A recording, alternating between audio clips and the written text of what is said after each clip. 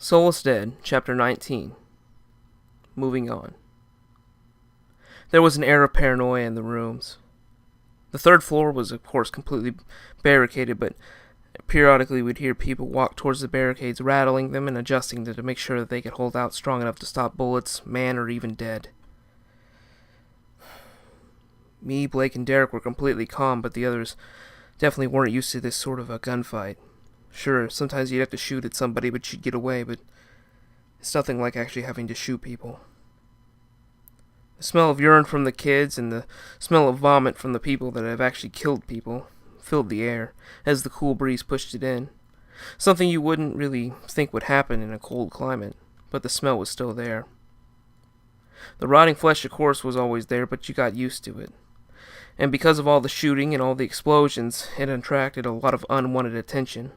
The lobby was completely inaccessible as one of us checked. There were probably 50 or 60 of them just in the lobby, and another 20 or so out in the streets, wandering around. Occasionally they would get stirred up and make large grunting noises and moans, and the kids would get a little unsettled and some of them would start crying, but Amy would try to keep them as quiet as they could. The doctors and I and a few others would scramble to grab some of the people that were shot. We lost 2 of them, and unfortunately we had to put a knife in each head to be sure they were dead. We'd wrap them up and put them in a room at the end of the hallway, because we didn't have a way to bury them. The doctors came out and said, well, we've got a couple people in stable condition, and those that were hurt earlier walking around and okay. Some minor bruises, some scrapes, and one of them broke his arm, but they're going to recover pretty well. The problem is it's starting to get really cold. The bullets completely blew out the windows on most of the front side, and the wind's starting to get through the bullet holes in the walls. Because they're thin, it's hard to insulate, and we're running out of firewood. I addressed the situation. We all agreed that we needed more. Paul had suggested we just climb out the ladders and grab wood, but we thought about it, and really it wasn't exactly effective because those ladders weren't exactly strong enough to hold one person, let alone a person plus wood, and it just wasn't safe. We went over to one of the walls on the 4th floor, and we broke a hole through the cinder block.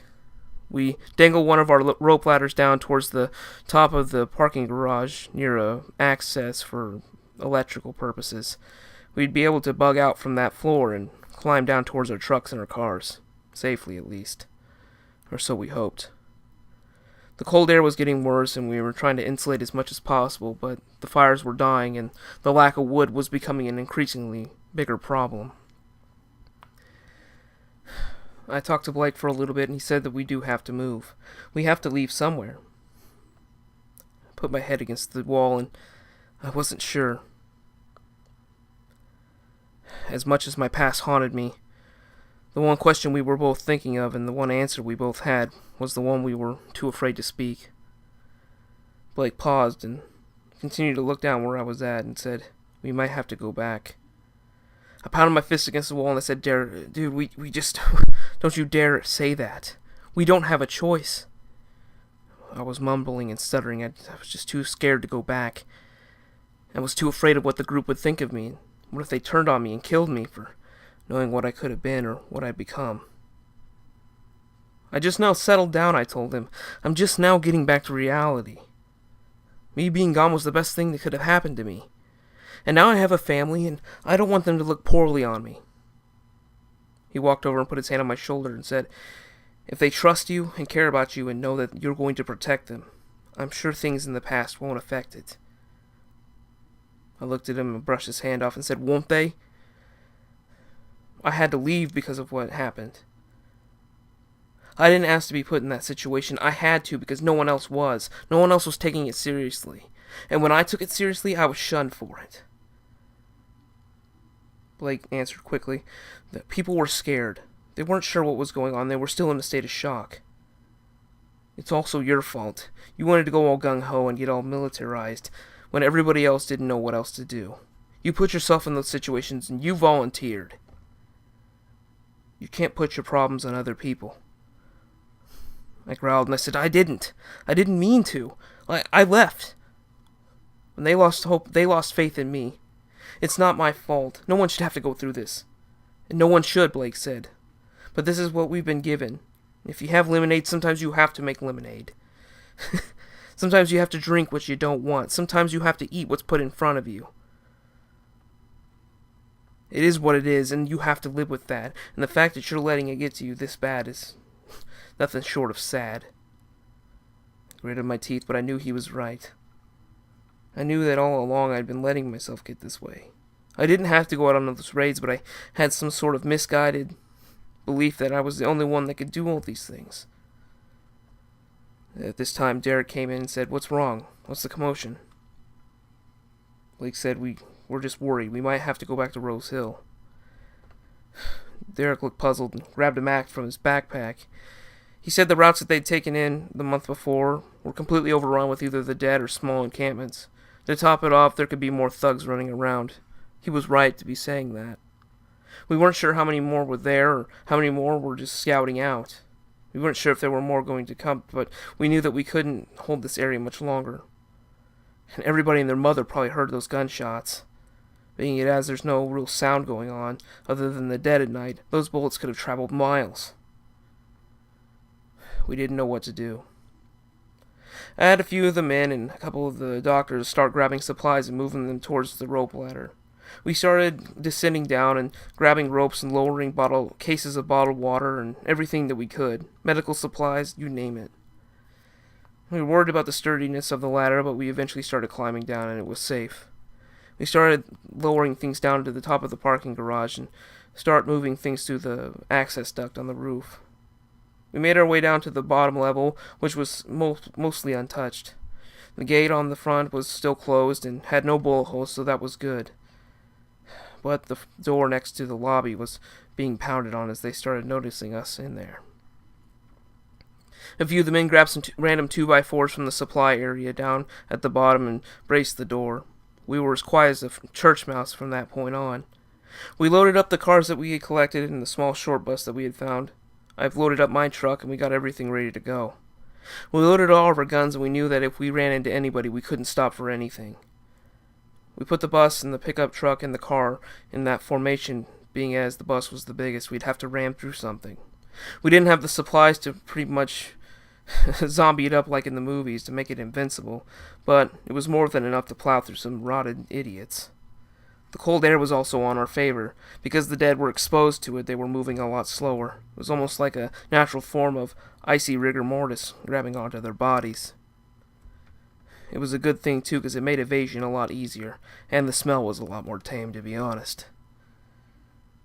We all got in our vehicles and we started up. Paul got out of the bus and opened up the gate and ran quickly back into the bus, and we started to take off. We zigzagged through the randomly parked cars and tanks and military bastilles set up rudimentarily in the middle of intersections. We made our way to the outer parts of the city and we had to stop. One of the people was sick and had to puke, and as he was sitting there vomiting we could see blood.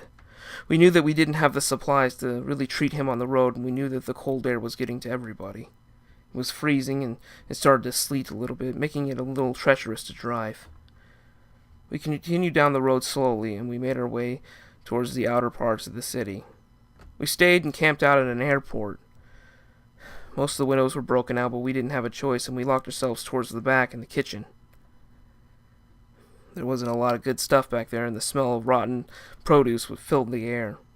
We checked in the fryers, and there was nothing in there, but we were able to light the grease to make some sort of campfire. Everybody was laid up, and we could tell it was a miserable situation. The cold was getting to us, it was biting, and a lot of them weren't really set up for this kind of weather. I kind of pitied them in a way, but they should have really prepared. Some of us had coats, and some of us had ponchos to keep warm, and others didn't. But we had to do what we had to do. Occasionally we'd hear the dead, but we even watched one as he walked through the sleet. We could see the ice starting to form up on his body as he slowly started to crawl and eventually laid on the ground and just froze. His jaw was still biting and his eyes were still wandering even though they were blank, and eventually he stopped moving altogether. It made me think about our destiny. What was worse? The people that made this situation the way it is? The elements that are making it difficult to live? Or the dead that are making it impossible to live.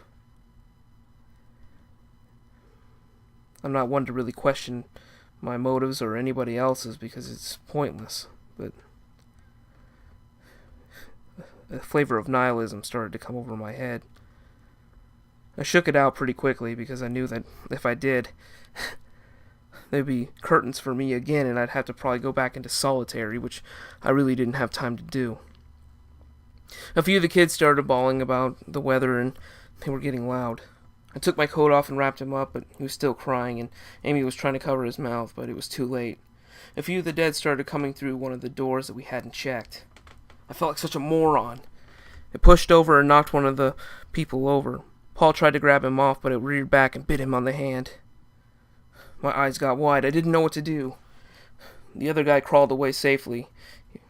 He didn't know what to do, and he was freaking out, and Paul began to wail on the zombie as he held his hand close to his chest. He grabbed a knife from his pocket and stabbed it in the head and backed off. He pulled a pack of cigarettes out as he sat on a chair, cradling his arm in his shirt. He lit it up and sat there and started to laugh. I had Blake and Derek go into the other room to be sure that we were all safe, and had the kids quiet down and take them into a small area. It was an old blast chiller that had been decommissioned. I went over to Paul and sat next to him. I didn't know what to say to him. He'd been bitten, and his hand was already starting to look pretty bad and swollen. He leaned his head back and puffed the smoke and made loops.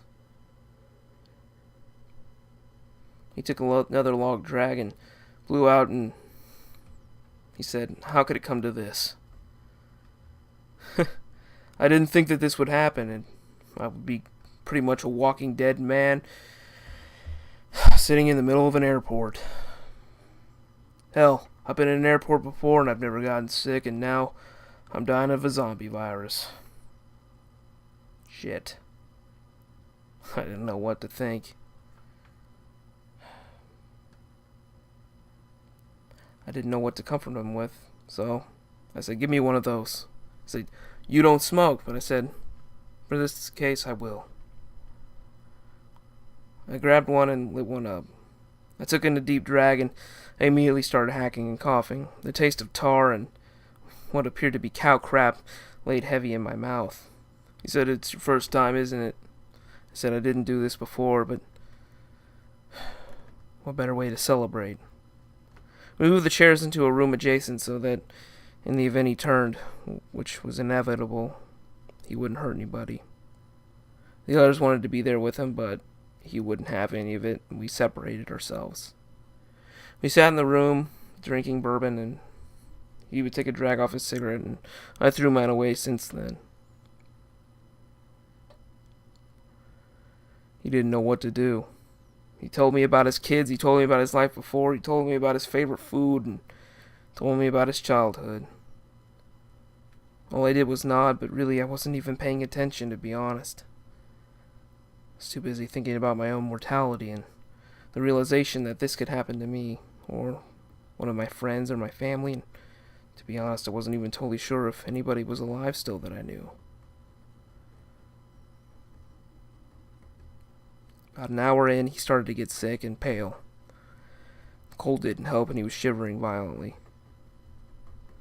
He could barely hold the cigarette in his mouth as it would periodically fall out onto his lap, burning little holes in his pants. He'd try to pick it up, but his hands just wouldn't hold still enough to do it, so occasionally I'd have to bend over and pick it up for him.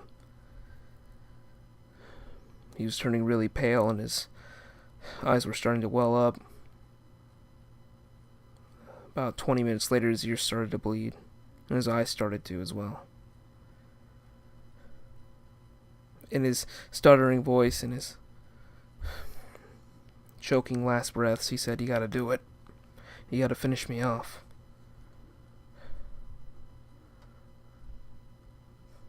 I pulled my knife out. I lit another cigarette.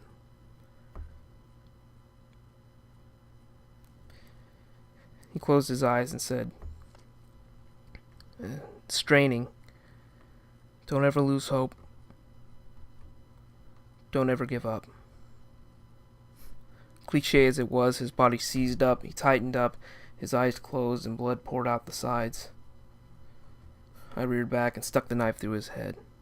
His body twitched and jarred sharply, and then his body relaxed. A cigarette just barely hanged in his lip, and his body went completely limp. I pulled the knife out and cleaned it off on his pant leg, and stuck it back in the sheath, and I stepped back. I grabbed the bottle and sat back down in front of him and poured a shot. I sat there for what felt like hours, just looking at him. Even with the blood in his eyes, and I knew he was in pain. He had a very peaceful look on his face. Never give up. For last words, he couldn't have picked something more cliche. I thought to myself,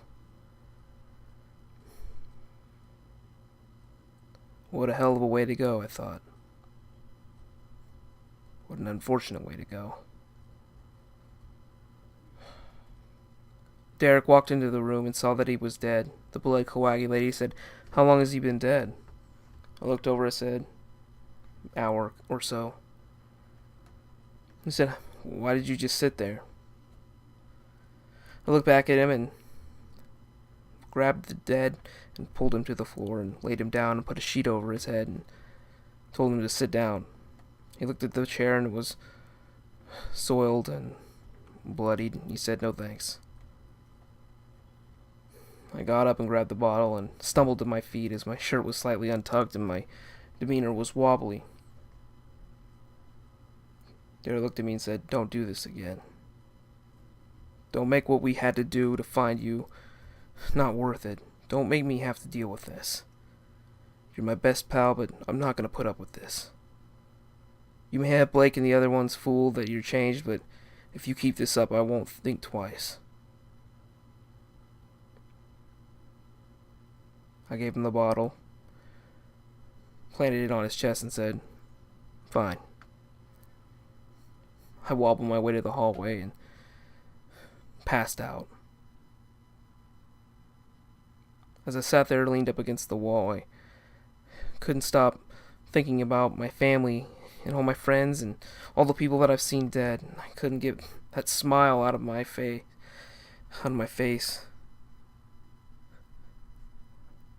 I woke up a couple hours later in a groggy, horrible situation. My head was racing and I couldn't see straight. But I guess that's what happens when you're in this kind of situation. I can't run from it anymore. Maybe I'm gonna die 15 minutes from now or maybe years from now, but I'm okay with it, I guess. How can you die with a smile on your face? You died in an airport, getting bit by somebody we should have seen coming. But I guess sometimes we just have to move on.